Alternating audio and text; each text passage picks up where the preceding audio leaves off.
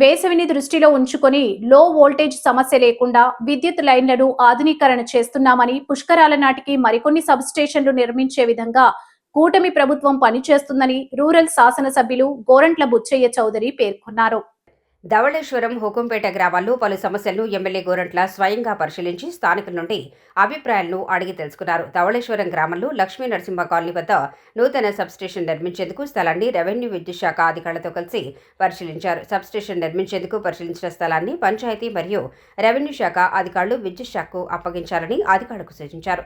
Substation నిర్మించేందుకు నిధులు మంజూరు అయ్యాయని, త్వరలోనే పనులు మొదలుపెట్టి త్వరితగతిన సబ్స్టేషన్ పూర్తి చేసేందుకు కృషి చేస్తారని గోరంట్ల తెలిపారు. రాష్ట్ర కుమ్మరి శాల్వాహన కార్పొరేషన్ డైరెక్టర్ పండూరి అప్పారావు, తహసీల్దార్ శ్రీనివాస్, ఏఈ శ్రీనుబాబు, పెన్నమరెడ్డి ఈశ్వరుడు, పుక్కళ్ల రాజు, ఆళ్ల ఆనందరావు, అంబటి శ్రీను, కురసాల ప్రసాద్, బత్తిన ఏడుకొండలు, ఇళ్ల రాంబాబు, నల్ల రమేష్, గుబ్బల దశరథ్, పంపాన శ్రీను, ఆళ్ల విఠల్ అధికారులు తదితరులు పాల్గొన్నారు.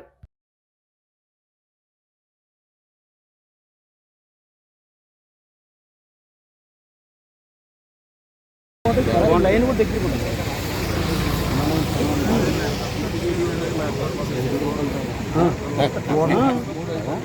అదే మరి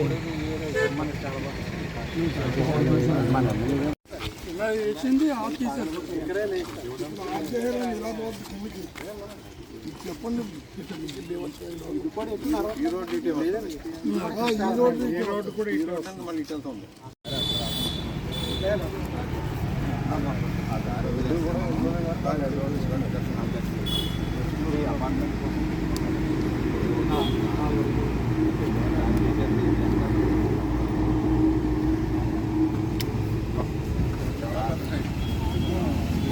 ఒకేసారి శాంక్షన్ చేసాం.